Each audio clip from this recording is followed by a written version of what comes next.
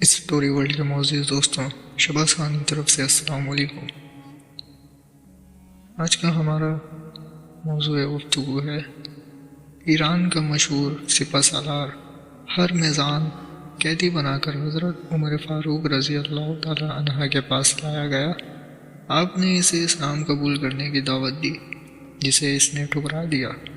حضرت عمر فاروق رضی اللہ تعالی عنہ نے اسے قتل کرنے کا حکم دیا، کیونکہ اس نے اسلام کو بہت نقصان پہنچایا تھا۔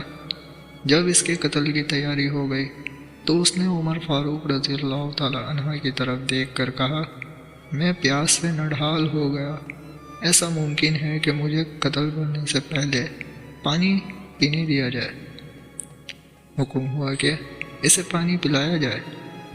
ہر میزان نے پانی کا پیالہ ہاتھ میں لیا اور عمر فاروق رضی اللہ تعالی عنہ سے کہنے لگا، اس پانی کے پینے تک آپ مجھے قتل نہیں کریں گے۔ عمر فاروق رضی اللہ تعالی عنہ نے فرمایا، جب تک تم پانی نہیں پیو گے تمہیں قتل نہیں کیا جائے گا۔ ہر میزان نے پانی کو فوراً گرا کر ضائع کیا اور کہا، امیر المومنین، دیکھیے آپ نے وعدہ کیا ہے، اسے پورا کیجیے۔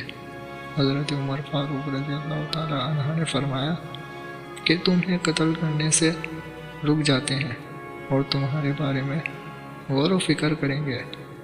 پھر جلاد کو حکم دیا گیا کہ تلوار کو ہٹا لو۔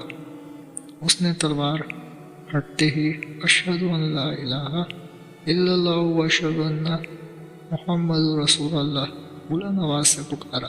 حضرت عمر فاروق رضی اللہ تعالیٰ عنہ نے فرمایا، تم نے اسلام قبول کیا، اچھی بات ہے، مگر تم یہ بتاؤ کہ جب تم سے کہا گیا کہ اسلام قبول کر لو تو تم نے اسے اس وقت کیوں نہ قبول کیا؟